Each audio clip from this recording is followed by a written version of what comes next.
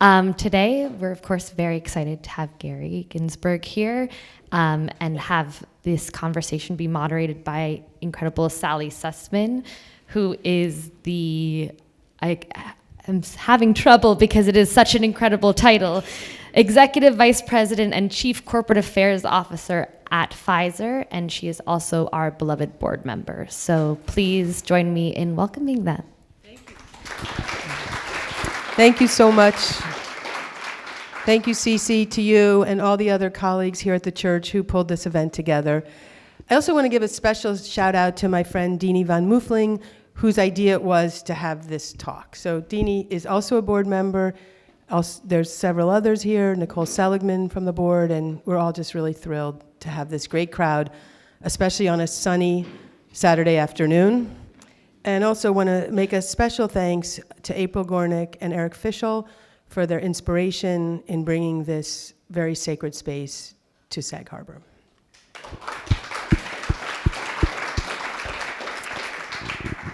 So I've known Gary for a while.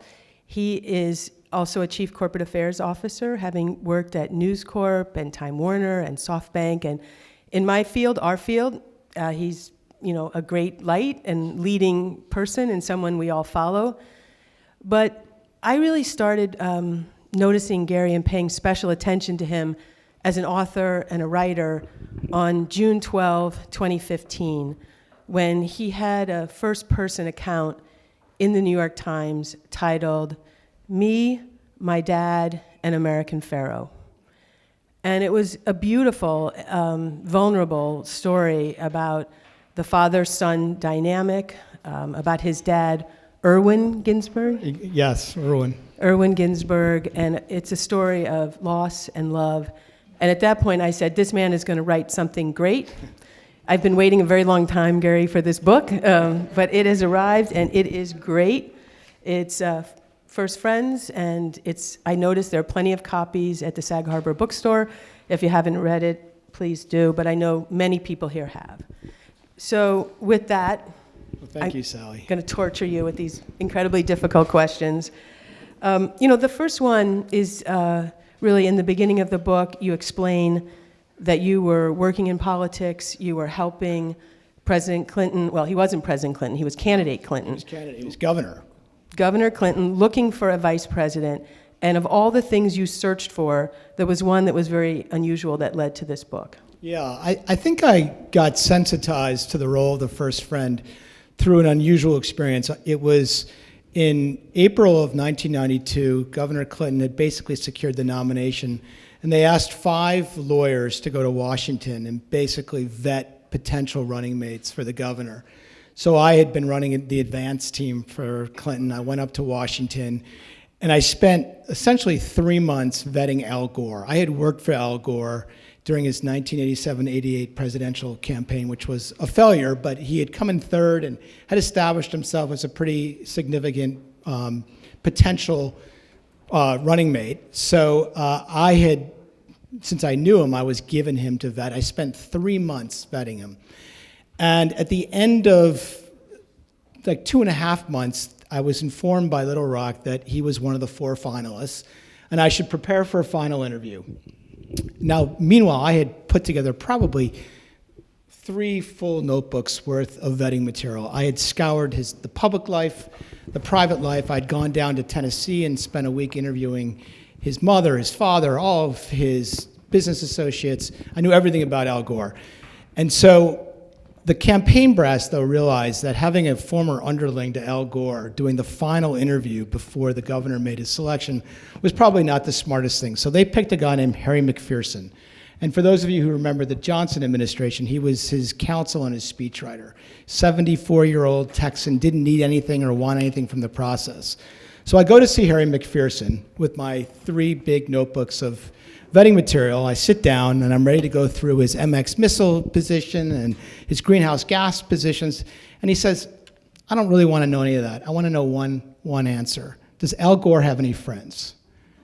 And I thought, my God, in all the 12 weeks I'd been doing this, I never thought of that question. And then I realized, oh my God, I worked for Bill Clinton. Bill Clinton had the FOBs, the Friends of Bill. He had hundreds of friends. His friends helped elect him president by going to New Hampshire, if you remember, and saving his candidacy in February of '92. And then I started reflecting that working for Al Gore, he didn't have that cadre of friends around the campaign trail supporting him like Bill Clinton did. So I said, the fact, Harry, is he really doesn't. He's got 2 members of Congress that he's very close with and his brother-in-law. And he said, well, that would bother me because when I worked for Lyndon Johnson, I realized that a real problem that he had in his presidency was he didn't have that first friend who could have helped him through the agonizing deliberations over Vietnam. And I thought that that was a real deficiency in his presidency, and I don't want to see that happen again. So I'm going to ask him when we do our interview. So we go to the interview, it's showdown, right? I mean, Al Gore wants this job. So we sit down, make some pleasantries, and literally the first question that Harry McPherson asks him is, Senator, who are your friends? And Gore looks at him and goes, excuse me? He goes, who are your friends? It's a simple question. He says, Tom Downey, the congressman from Long Island. He says, Norm Dix from Washington State. He says, anybody else? Anybody from Carthage, Harvard, Nashville? He goes, my brother-in-law, Frank Hunger. He goes, anybody else? He goes, no, those 3. So the rest of the interview goes on. He answers all the questions brilliantly. And it's clear he's capable of being a vice president. But we get back in the car. Sorry about that. What's down there? Okay. We get back in the car, thank you. And McPherson says, I got to tell you, if the man can't claim one real friendship as an entire life, I'd be afraid for him to lead our country. And he calls down to Warren Christopher, relays his concern. For whatever reason, Warren Christopher wasn't concerned, because I asked Bill Clinton later, I said, were you concerned when you chose Al Gore that he didn't have any real friends? He said, Gary, I had enough for both of us. But that was really my moment when I realized that this is a real issue. That's an amazing story. And I should just say that the very first person who showed up this afternoon I met is Jeanette Luffus, and she covered you covered the White House for NBC, and she was friends with Helen Thomas, and she said, I hope he's going to give us the good stuff. So that was a good answer. Got some more. We want to hear all the dishy good stuff, and that was excellent. So why did you pick these 9? I mean, we've had many presidents, and yeah. Well, first of all, I wanted to cover all of American history, so I tried to find 9 that started with the Revolution, ended in the 21st century. I knew I wanted to do Bill Clinton because Sally and I, we know we both have been in and around the Clinton orbit. I had worked with Vernon Jordan on that vice presidential selection process. He was the vice chairman of the committee with Warren Christopher, and I had observed that friendship and was fascinated by that friendship. And in fact, it was the first interview I did was to go see Vernon Jordan after I came up with the idea. And we went to lunch, and Vernon had his book out. Vernon can read.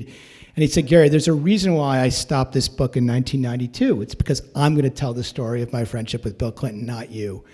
And then he proceeded for literally 3 hours to give me the greatest stories of their friendship, all off the record. I went home, went back to my office, wrote down all the stories.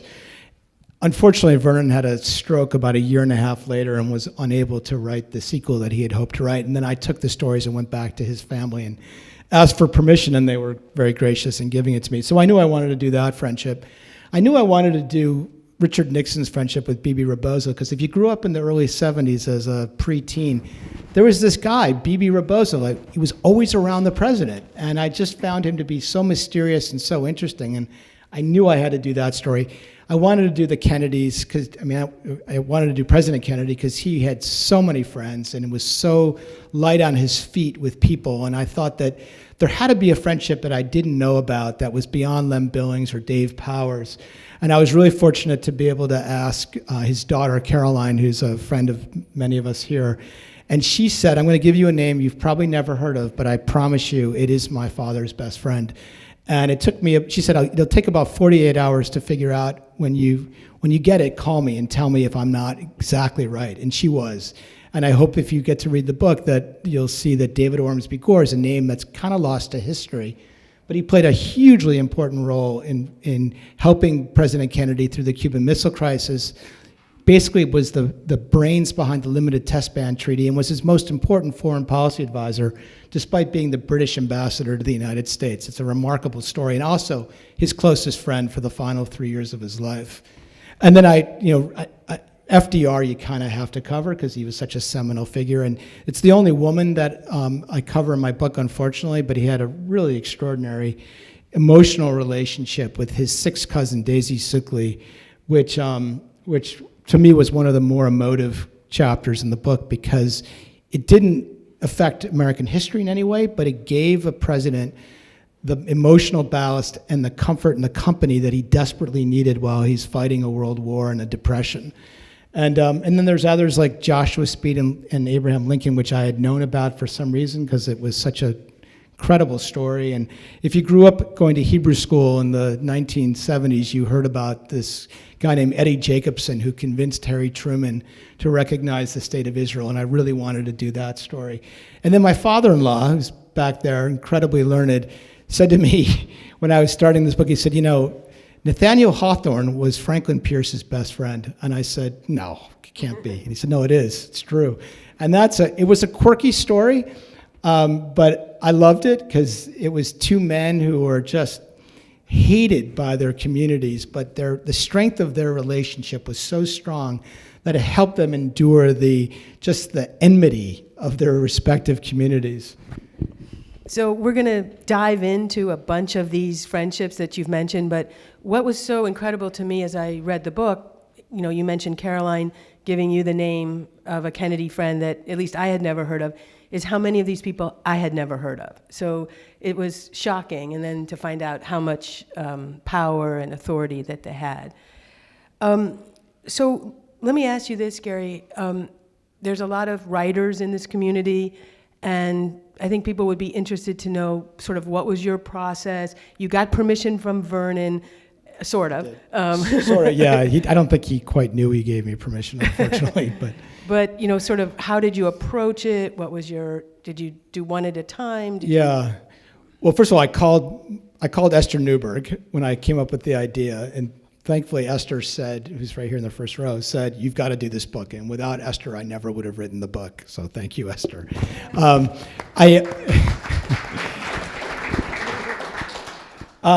So what I basically spent a year researching it and just calling everyone I knew to try to find good stories, and I probably looked at it about 17 presidents and then came up with the 9 that I chose.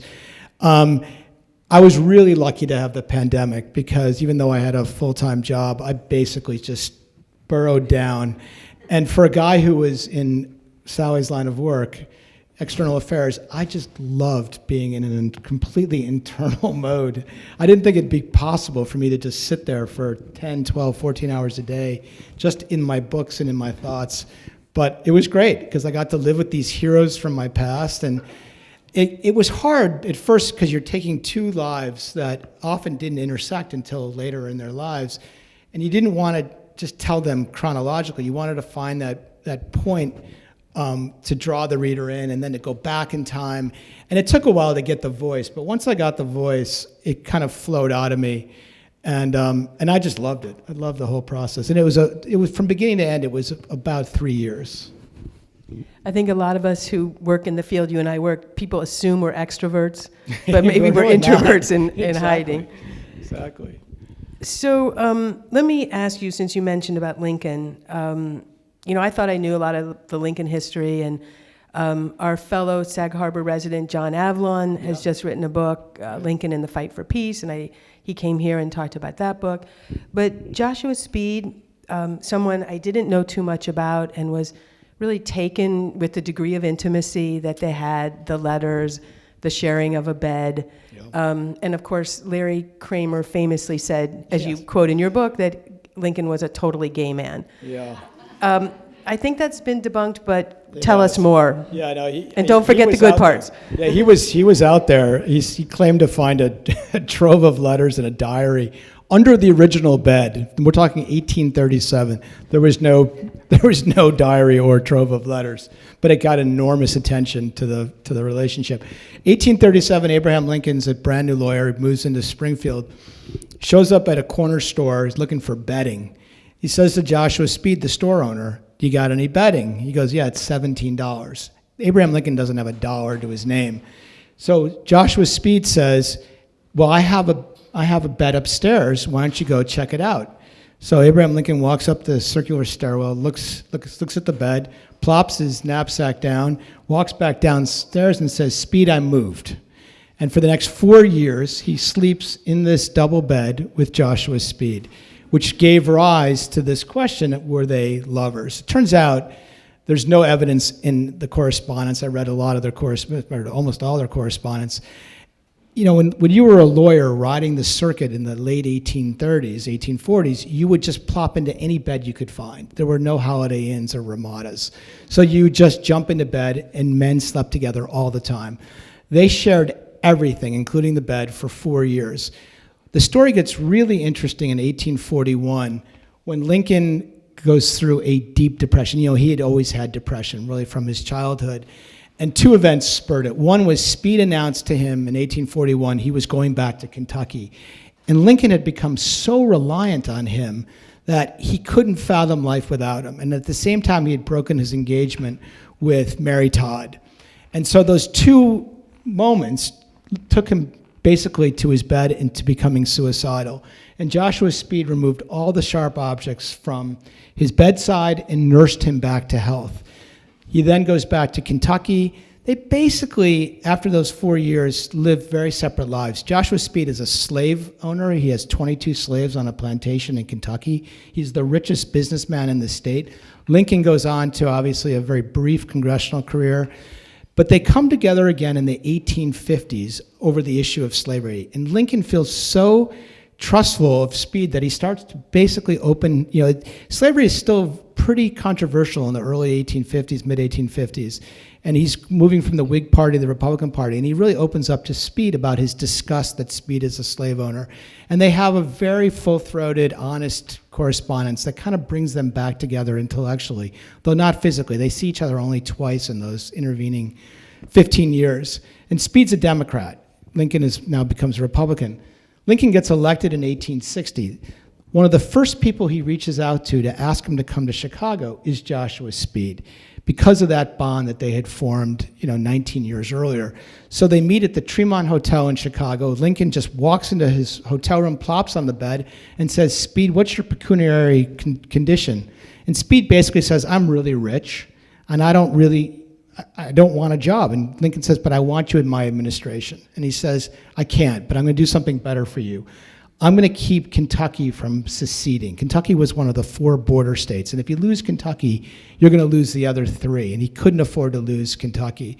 So Speed goes back to the state and does, even though, remember, he's a slaveholder, the biggest slaveholder in Kentucky. He decides to become Lincoln's guy in Kentucky. He helps him message the war so that it's not about slavery, it's about preserving the Union. He gets all the armaments to Union militiamen, and he becomes Lincoln's first friend living in Kentucky. He goes up there for Thanksgiving. He gives them enormous emotional comfort, and he single-handedly keeps Kentucky in the Union. And so it's just one of these stories that, bridges decades, but that emotional bond that they created in those 4 years was so great that it transcended time, it transcended ideology, and it was the most important friendship in Abraham Lincoln's life, and really did in many ways save the Union. It's a fascinating story. It's so incredible that they had this intense relationship and how it impacted the country. In your 9 presidents, only one had a female first friend. These are 8 other guy presidents, all guys. Male friendship is something that is often thought to be fraught, and that women are sometimes known for having more skills at intimate friendship. Do you have any comment on this? Well, truth be told, if I wanted to pick first friends, I'd pick a lot of wives. I decided not to pick wives because, first of all, that relationship has been covered a lot. The reason why I decided to do First Friends is that I had realized that there were books about first wives, first chefs, first butlers, first sons, first decorators, but no one had ever looked at the role of the first friend. So would Abigail Adams have been John Adams' first friend? For sure. Would Rosalind Carter have been Jimmy Carter's first friend? For sure. Nancy Reagan. I mean, the history is replete with it, but I didn't think that would. I think wives and staff are just by nature different than a friend, because, a staff member, at the end of the day, he or she serves at the pleasure of the president. There's a limit to just how far you're going to go. With a friend, particularly a friend that goes back decades, presumably, and the ones I picked, I think, proved it, feel that absolute union with their friend, that kind of that merger of interests and values and sentiment, that they can say anything they want and know they can survive it. And I think you see that with Eddie Jacobson in that kind of very key moment when Harry Truman is debating whether to recognize the state. And he can say to Truman anything he wants to get him off of his position, and a staff member can't. So going back to, yes, I wish there had been more women. I found Daisy, and Daisy was, as I said, a different kind of support. It was more of the emotional support, but I wanted to show that can be just as important as providing that substantive support that so many of the other ones did. So let's talk about Daisy. Sure. Daisy is Franklin Roosevelt's first friend, and you write, after the passage of 75 years, there is no one alive to clarify why a distant cousin with no obvious portfolio could grow to command such interest and affection from the most powerful man on the planet. And it really, you describe a most rare and beautiful friendship. And it made me think about, the women in Franklin's life, the domineering mother, the long-suffering Eleanor, the devoted and disgraced Lucy Mercer. Yeah. And from this sort of hurricane of women around him, he comes up with Daisy. Yeah. And you conclude that chapter by saying, in the end, it may all be as simple as that. FDR, a lonely man, shouldering the burdens of his office at a critical juncture in history, drew solace and strength from Daisy's steady devotion, loyalty, and discretion. For Daisy, FDR opened the door to his world and made her feel cherished within it. Wow. Yeah, it's a unique relationship, and she was completely lost to history. That's the amazing part about this. She died at the age of 99, and when people knew that she had some relationship to FDR, they'd go by her house up in Rhinebeck, this ramshackle of a house, and they'd say, hey, did you have some relationship to Roosevelt? And she really just downplayed it. And then they found on her death, there's 38 letters between her and Roosevelt, and there was a diary, and it was just beautiful. I mean, she spoke 5 languages. She only went to college for 2 years at Bryn Mawr. She basically took care of her aging mother and her sisters, but she had a brilliant intellect.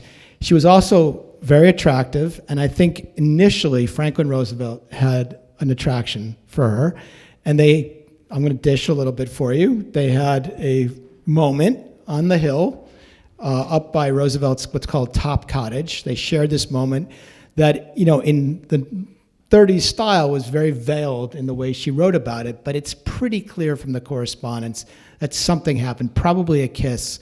I asked the foremost historian of the relationship whether he thought they ever consummated the relationship, and he believes that with polio, Franklin Roosevelt was incapable of having sex. So I think it was kept to a pretty moderate level, but it clearly was a real attraction. But it really morphed into this deep emotional relationship, such that one day in 1944, Roosevelt has 22 separate meetings. Now, I don't know about you guys, but after 22 meetings, I want to go to bed. What did Franklin Roosevelt want to do? He wanted to have dinner alone with Daisy, because she could intuit things that nobody else could. She could listen to him. She could banter with him. She could relate to him on a deeply human level. And Roosevelt was lonely.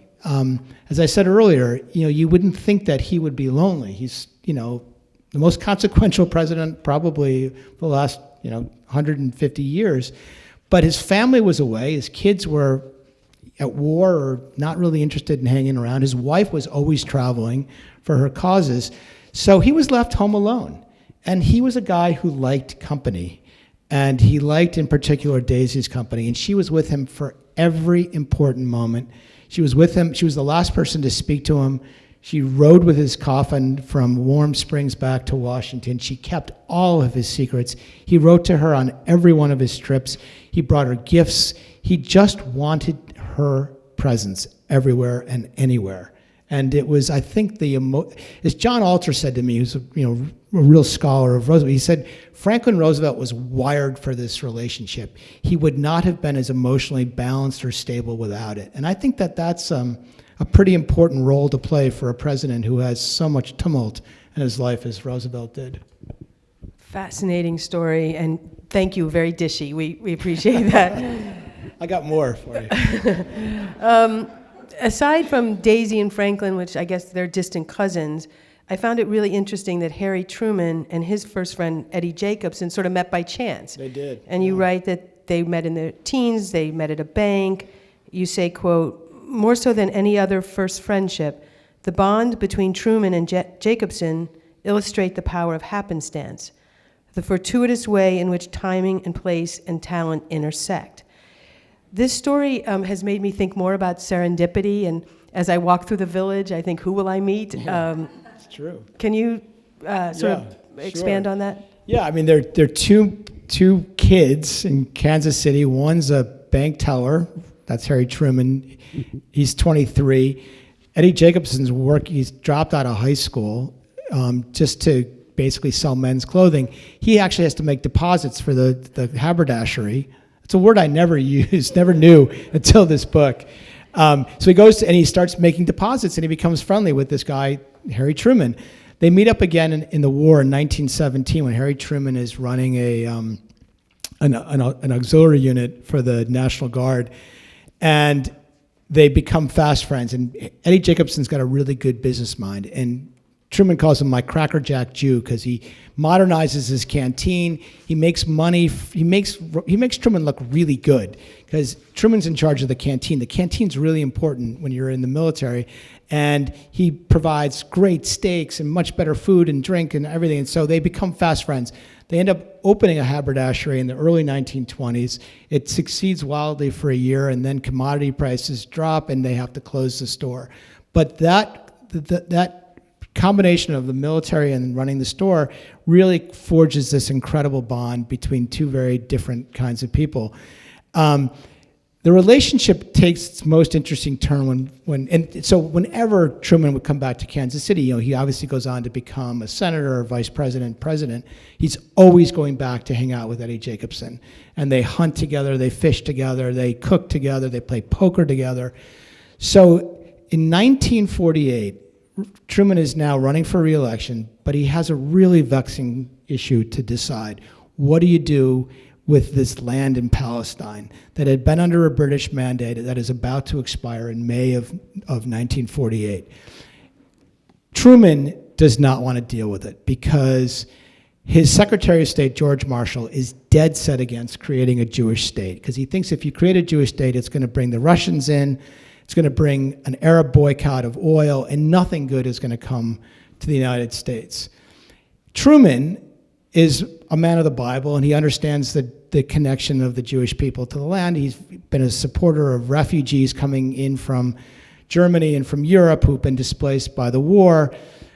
But he knows that if he goes against George Marshall, he could very easily lose the election in 48 because George Marshall is by far the most popular politician in the United States. Chaim Weizmann, meanwhile, is the most important Zionist. He comes to Washington in March of 1948. Truman refuses to see him, and he's the most important advocate for creating a Jewish state. And Truman is just pissed because he's been lobbied by Jews who are hectoring him. They're throwing money at him, and he's just fed up. And he says to anyone who will ask, I'm not going to deal with this issue anymore. I'm not going to see Chaim Weizmann. Now, Eddie Jacobson is known by 1948 as Truman's best friend. So he gets a call one night saying, you have got to intervene with your best friend, Harry Truman, and get him to see Chaim Weizmann. So Eddie sends him a note, says, you got to see Truman. You got to see Weizmann. Truman says, I ain't seeing him. He writes him back a very terse note. I'm not seeing him. I'm going to Florida. He can languish as long as he wants. He gets back to the White House. He still hasn't seen Chaim Weizmann now for 2 weeks. What does Eddie Jacobson do? He says, screw it. I'm getting on a plane. He flies halfway across the country. He marches up the north driveway. He walks into the appointment secretary's office and says, I got to see Harry. The appointment secretary knows that they're best friends and says, sure, of course, Harry will see you. Of course, he'll see you anytime. He said, but one thing, do not bring up Palestine. He does not want to talk about it. So he walks into the office. They start making chit-chat. They're talking about the weather and his trip to Florida. And finally, Truman says, Harry, what are you doing here? He goes, you never just walked in here just to make chit-chat. You flew halfway across the country. What's up? And he goes, you got to recognize a Jewish state. You have no choice. And Truman slaps his thighs, just goes into a rant. I'm sick of you Jews. I'm sick of all the hectoring. I'm not going to do it. I'm tired of it. I'm not going to see Chaim Weizmann. I'm done with it. At that point, Eddie Jacobson, who's known him now, mind you, for 41 years, says it's the first time he's ever thought that Harry Truman was an anti-Semite. And he's looking around the office and he says, if I leave this office now, my people will never get a home, and I can't do it. So he starts looking through the office for something that he can bond with his friend of 40-some years. And he sees a statue, a little bronze statue of Andrew Jackson, and he knows that Truman, his hero in life, is Andrew Jackson. So he says, you know what, Harry? You love Andrew Jackson because he always knew to do the right thing. And you know what the right thing is. And are you going to be a sissy and be cowed by a bunch of Jews who hectored you? Is that the kind of person you are? You're better than that. You know what you have to do. You have to see Chaim Weizmann. He's a hero to me. You owe it to me. You owe it to yourself. You owe it to the legacy of Andrew Jackson. And I'm not going to leave unless you see him. So Truman turns around, turns his back to Eddie, looks out the window to the rose garden. He starts drumming his fingers. Eddie says it felt like an eternity. Finally, he turns around probably a minute and a half later. He says, God damn it, you bald-headed son of a bitch, I'll see him. And 5 days later, he saw Chaim Weizmann. Chaim Weizmann made the key plea to him, convinced him that this was the right thing to do. And then 11 minutes after the State of Israel was declared 2 months later, Harry Truman was the first foreign leader to recognize the State of Israel. And it had profound implications for the State of Israel afterwards. I have a quote from Dennis Ross, many of you are familiar with, who says, without that recognition, without that first recognition, we would not have that strong alliance between the United States and Israel today. And it really changed the whole fortune of the state. So I think it's the most consequential moment when a friendship could change the mind of a president and lead to something truly globally significant. Incredible. That's an incredible story. I would like to unpack a little bit the first friend of Vernon Jordan and the Vernon Jordan-Bill Clinton thing. Giving advice was Vernon's hallmark, and in your book you quote former American Express CEO and Sag Harbor friend Ken Chenault as saying of Vernon, quote, his invisible hand was always there, mentoring people from all walks of life. So many people today will say, it was Vernon who made the difference in their lives. And I feel that way. I first met Vernon when I was a very junior staff person at American Express. He was on the board of American Express, and he was so kind, and we started having breakfast. And, I think with Vernon, he was in the first friend business. He was. And right. I'm not sure if Vernon was Bill Clinton's best friend or Bill Clinton was maybe Vernon's best friend. Yeah. And it's hard to tell. Yeah. You're right. Exactly right. Yeah, and watching the two of them was just magical. I mean, there's some Liz watched it for many years, Liz Boyer, who was so helpful to me in my book. Vernon was just one of the most magical, magnetic people I ever met. And men, women, everyone fell in love with Vernon because he was so charismatic, so larger than life. And what was so interesting, and I'm curious if you had the same feeling, is that in some ways he was more famous than Bill Clinton in 1992 when I met both men. Because, he had this storied career as a civil rights icon, and then it moved over to become really the key Washington insider for 10 years. And I don't think without Vernon Jordan, Bill Clinton would have been president. I mean, if you read my book, you'll see that in 1980, Bill Clinton loses his first race, really. I mean, he lost a House race, but he had a magical career up until he was the youngest governor in America in 1980 when he was running for his first re-election. And he lost. And he was completely lost as a human being after he lost this race, because his whole life was on this certain trajectory, and now he was thrown off it. And Vernon calls up one morning and says, I'm coming down to talk some sense into this guy. And he goes down to their little house. They've just moved out of the mansion. And for 2.5 hours, he just speaks to Bill Clinton in a way that nobody else did. And he gets him out of his funk. And he says, essentially, Bill, stop feeling sorry for yourself. You're a man of immense talent.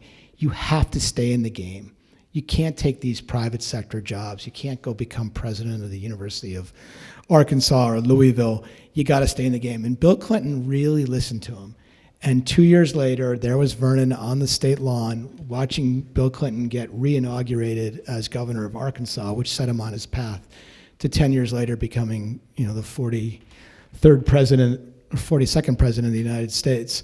And it's seminal moments, even in Clinton's campaign to become president. It was Vernon who was the one to kind of keep him, in the game and keep him steady and keep him grounded.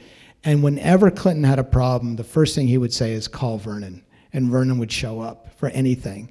And he was there the night that Vince Foster killed himself. He stayed up with him till the sun came up, basically holding his hand and shepherding him through that really difficult night.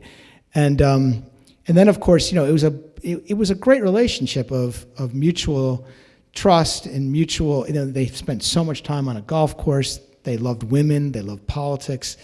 It takes, and the sad part for me about writing about that friendship was that it takes this crazy turn in 1998 with Monica Lewinsky. And Vernon, who was a man who loved to be behind the scenes and didn't want to be in the center of the spotlight, suddenly is thrust as the chief witness against his best friend, the president.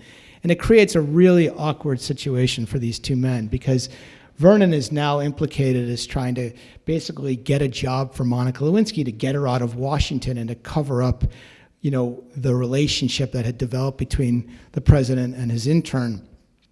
And so Vernon had to make a very difficult decision. Do you testify against your best friend, or do you use verbal jujitsu, as I describe it, and get out of it? And he spent 20 hours before a grand jury, hated every minute of it, but actually was able to walk that fine line, not implicate the president, but also not commit perjury. And it's, as I write about, and I didn't quite appreciate it until after the book came out, but I end the chapter with a 6-hour meeting that the two of them have in the White House in late December of 2000, 3 weeks before Clinton leaves the White House. And Clinton calls up Vernon on a Saturday late afternoon and says, can you come over for dinner? And Vernon says, I already got dinner, because he was an independent guy. He didn't care. He said, I've already got dinner plans. And Clinton says, can you come over afterwards? So he goes, yeah, I'll get there about 9. He shows up at 9 o'clock. The house is empty. Hillary's gone. Chelsea's gone. It's just Bill and Vernon. They go up into the kitchen on the second floor. Clinton opens up a $10,000 bottle of French wine. Clinton doesn't drink, so Vernon drinks the whole thing. And they spent 6 hours having a no-holds-barred conversation. And I think what happened that night, and I got this from Clinton after the book came out when he called me to talk about the chapter. And I said to him, I get the sense that between the time you were acquitted of the impeachment and the time you had this late night with Vernon, you guys didn't have much of a relationship. There was some tension between the two of you because of it. And he said, yeah, there was some tension. There were some things we hadn't talked out yet.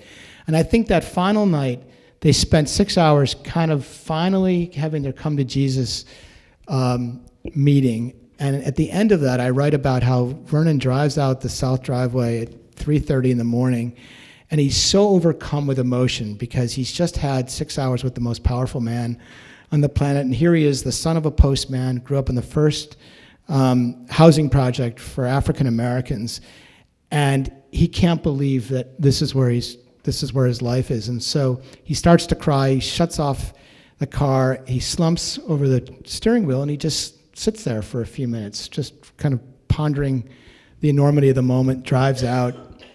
And I think it was a relationship that meant so much to them, and that put them back on this very positive trajectory. And they spent the next 20 years incredibly close, to the point where Clinton gave the final eulogy, and a really beautiful eulogy, at Vernon's funeral a year ago, last March. And I think Clinton felt, and I talked to him about it afterwards, enormous personal loss at losing his best friend, even, at the age of whatever, 76 that he is today.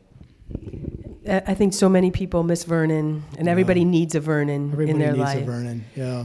So, Gary, in your book, you've really proven the point over the course of these chapters. You've made the point that these people were behind the scenes, in some cases unknown, but they made all the difference in these presidencies.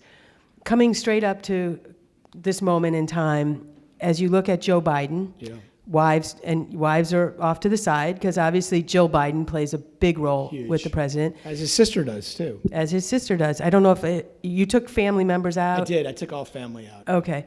Except for 6 cousins. If you're a sixth cousin. If you're a 6th cousin, you're distant Franklin's, enough. Roosevelt's, that goes wide. Exactly.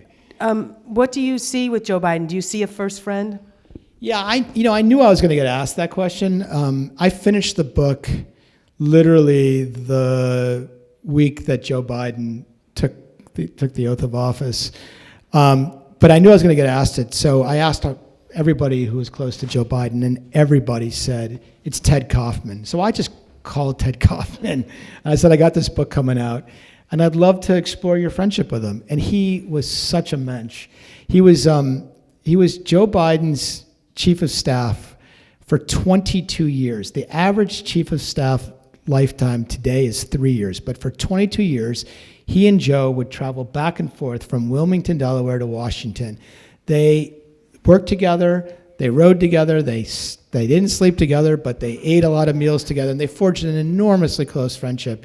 And if you read What It Takes by Richard Ben Kramer, which I went back to read, you see that Ted Kaufman was the most important voice for Joe Biden throughout his political career, and certainly in the 1988 presidential campaign when he had to decide whether to withdraw over this Neil Kinnock plagiarism. I don't know if you remember that.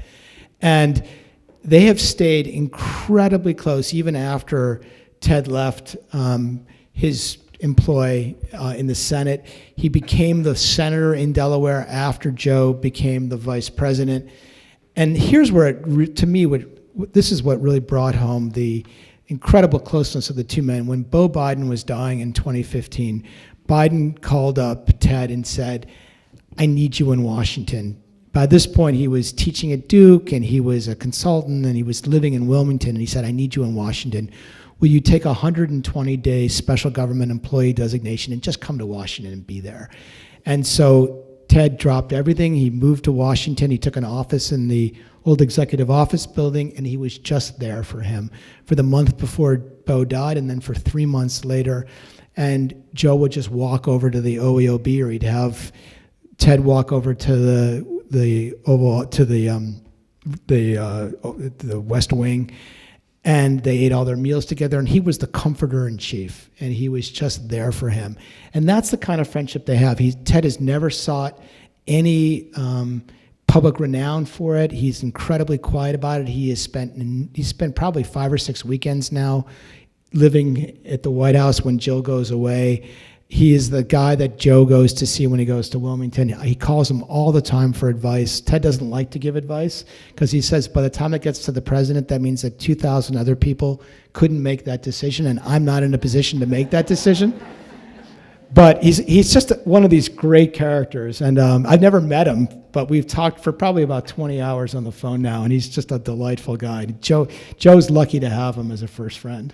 Another great book is Joe Biden's book, Promise Me, Dad, and it's obviously about his son, and it goes back and forth between stresses he feels in the office and loss and pain he feels in his personal life, and I think his son might have been a potential first friend as well. Oh, sure, Yeah. 100%.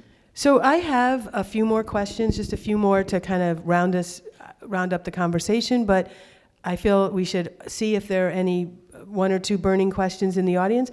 Joel Klein, first man with his hand up back there. Gary, I'm curious. You got to know these 9 first friends very well. Of those 9, if you had to choose one to be your best friend, who would it be? And if it's Vernon, give me your second choice. I think I probably would have chose. That's a great question. I've never been asked that. Probably David Ormsby Gore, because I think he just struck me as such a fun guy he was so quick-witted. He loved to banter. He loved the game of politics. He loved to play golf, which I love to play. He loved just to sit around and shoot the proverbial shit with people. And he had an intellect that was first class. And I think he also had the ability to talk to his friends in a really honest way. And with Kennedy, I didn't get into some of the details of how he got Kennedy to push for a limited test ban treaty, but I thought he had enormous courage of conviction, and he wasn't willing to stand down, even though he's the British ambassador and he's dealing with the President of the United States, but he had so much conviction that this was the right thing to do for the world and the right thing for the president to do at that moment in his presidency, that he was willing to kind of lay down and fight for it and to keep Kennedy on a path so that treaty got passed. And without David Ormsby Gore and the steady hand and the constant friendship, I don't think Kennedy would have navigated the Cuban Missile Crisis as adroitly as he did, and he certainly wouldn't have passed the seminal treaty that I think really began the end of the Cold War, 25 years before it actually ended. But this started that path. And then there. 1, 2, 3. Did you, when you drilled down on the different presidents, did it take a long time? Were there something you just skipped? It wasn't obvious. They had a best friend, and then a follow-up question, if you don't mind. Sure. Yeah, I mean, there were some first friendships that were extraordinary that unfortunately didn't carry over into the presidency, and I really wanted to make sure that the friend stayed friends into the presidency because I wanted to show the impact during the years so Grover Cleveland had this crazy friend, and it was so sordid, where it was kind of like John Edwards, where he took the rap for an illegitimate child that Grover Cleveland had fathered with a woman, and it just turned into, it's so sordid that it became almost interesting to me. But he died. He got run over by a trolley just before Grover Cleveland became president, so I didn't include that. There's another crazy story of Warren Harding, one of the least known, least respected presidents. His best friend turned out to be a mistress of his, who was a German spy, and he didn't know she was a German spy. At the very moment he's deciding whether to vote to go enter the war in 1916, 1917, and she's sleeping with him and trying to convince him not to go into the war, and he's not knowing that she's actually a German spy. But she kind of falls away by the time he becomes president in 1920, so I didn't include that. But yeah, there's a lot of really good, I could have done 3 or 4 that I think were pretty rich, but for whatever reason. Follow-up question, a name that's not too popular in these parts of the country. Our last president, did he have a best friend? He did not. And it's funny, my publisher really did not want me to do Trump. He had published the Woody Allen memoir, and he took a lot of grief for that. And he didn't want me touching Trump. And I was curious, though, because I was writing it while Trump was president. So I know somebody pretty close to the president, so I called him, and he became my sounding board. And he kept, I'd throw out these names, like, nah, I'm not sure. He filibustered. And at a certain point, I just gave up, because I guess I was afraid of my publisher. But afterwards, my wife and I were in the car, and I had this long talk with him. And he said, look, the truth is, he doesn't have a best friend. He's never had a best friend. He's not wired to have a best friend.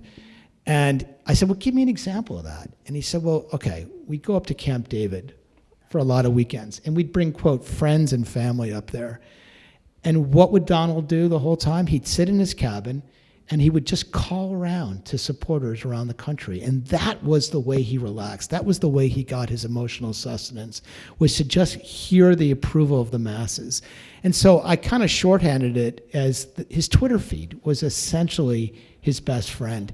He was a guy that I think was incapable of having a friend, because you have to have empathy, you have to have curiosity, you have to give of yourself to have a meaningful friendship. I mean, we all know what it's like to have friends. It requires a certain selflessness.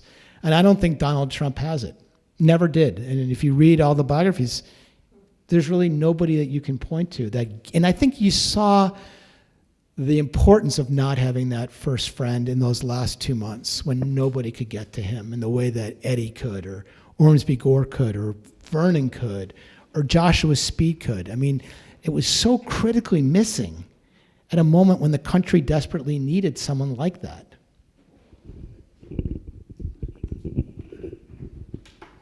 Gary. Saul. So here we are, First Friends has done so well. It was on the bestseller list. You've been really well reviewed. It's been a tremendous success. But of course, when you started this, you had a great career in external affairs and you'd worked in the White House, but you hadn't done anything like this. And, we all have this idea that, we can do, whatever. We can be the anchorman, we can be the lawyer, we can be the this. But like, at what point, did you have moments, what moments did you have of real doubt? And when did you figure out, well, I can really do this? I'm not sure. I mean, listen, I was just so happy to write it. I had no misconception that it was going to be a success. I just wanted to write. I always wanted to write a book. I'd written that piece in the Times. I'd been an editor of a school newspaper. In law school, I was not on the law review. I was the editor of the paper. That just shows you why I left the law. Yes. But I guess, I started out with a lot of trepidation that I just wasn't going to have the ability to crank it out because, I was just so externally focused or facing. But at a certain point, I think it was when I wrote the Woodrow Wilson Colonel House chapter, and I busted the bank. I was supposed to write basically 9,000 word chapters, and it ended up being 17,000 words. And I sent it to Esther, and I was just because I sent every chapter to Esther, and she goes, "Gary, it's 17,000 words." And I go, "But no, this is really good. Like I know this is going to work." And Esther reads it, and she goes, "Gary, you know what? This is really good." And I think when I heard that, and it took me. This Colonel House, and we didn't talk about him today, but he's the single most powerful friend in the history of the United States. He ran foreign policy for the United States from 1913 to 1919. He's unelected, unvetted, not on any organizational chart. He had been a friend of Woodrow Wilson for 1 year, from 1912, and he's running the United States foreign policy establishment during the First World War, and no one knows it. No one knows him. It's just the craziest story if you end up reading my book. But it was that chapter that kind of finally gave me the confidence that, yeah, I can do this, and I can weave together this complicated story in a way that I hope will get people interested. But you never know. It's like you put yourself out there and you just hope that people will enjoy it and learn from it. And I was really fortunate that for whatever, and I think I was lucky because coming out of a pandemic, I think people were reminded of how important friendship was. And I kind of captured that moment in a way, which I think helped. I think there was we committed to one other question here.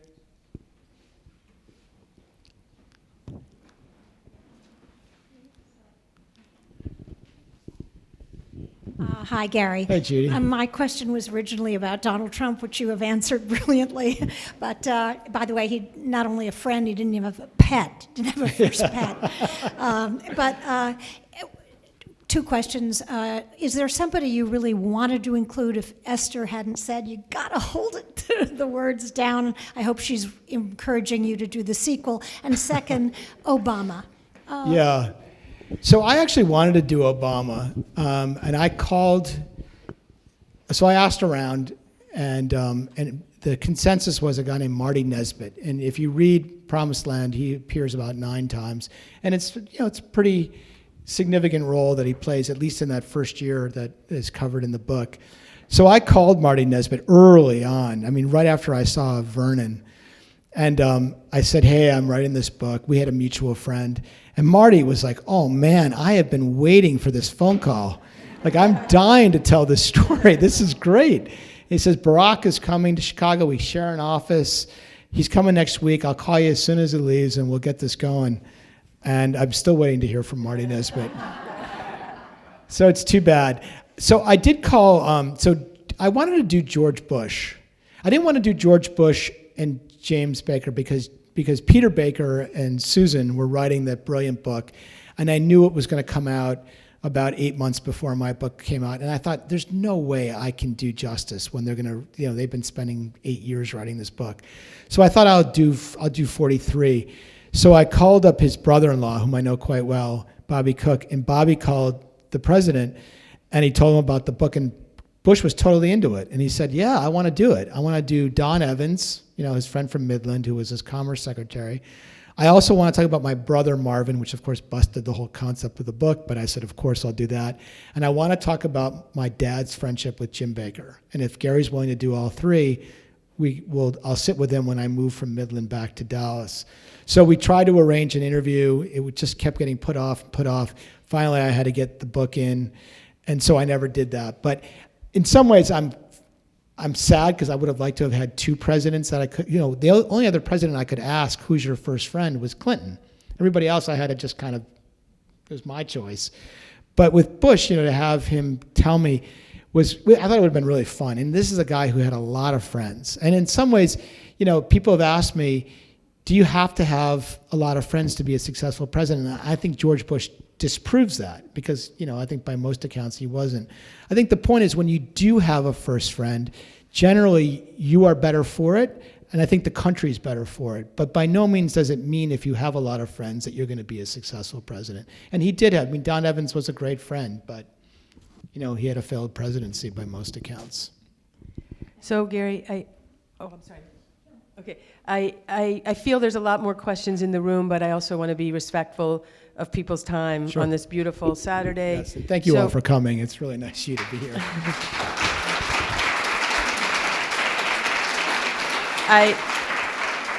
I did just want to ask maybe two last questions and see if we can impose upon you maybe to stick around a little bit afterwards for folks who had additional questions. But two last questions. First, I think this theory is very profound. I believe it applies not only to presidents, but other people who are in high-powered, lonely professions, CEOs, maybe Supreme Court justices, or maybe everybody. So I want to ask you, in a room that seems to be filled with your friends, do you have a first friend? Well, my wife always reminds me I had 11 people, groomsmen at my wedding. So, well, I've yeah, exactly. But I've got a couple of, two of my closest friends in the world are right here. In fact, Blair and Saul, who've been friends of mine for decades. So, I'm very lucky to have. And I think part of the reason why I wanted to write this book was that friends have played such an important role in my life at every stage with, emotional comfort, just companionship. And so I felt it in my own life, professionally and personally. And so I started to extrapolate, well, how much more important can it be when you're the president of the United States and the stakes are so high? So yeah, it was clearly something I thought about. And to your point, this can apply to anybody in any position, because I think having that first friend is so important to getting that unvarnished truth and getting that emotional comfort that everybody in positions of authority can benefit from it. Beautiful. And final question, I don't know if I should address this to you or to Esther, but do we have another book in the works? I don't know if Esther can deal with me as a author again. I have one idea I'm kind of noodling with. I thought about doing a sequel, but I'm not sure I have the patience to do the same thing again for 9 presidents. I kind of want to do something different. So I'm thinking of kind of the corollary, which is Rivals.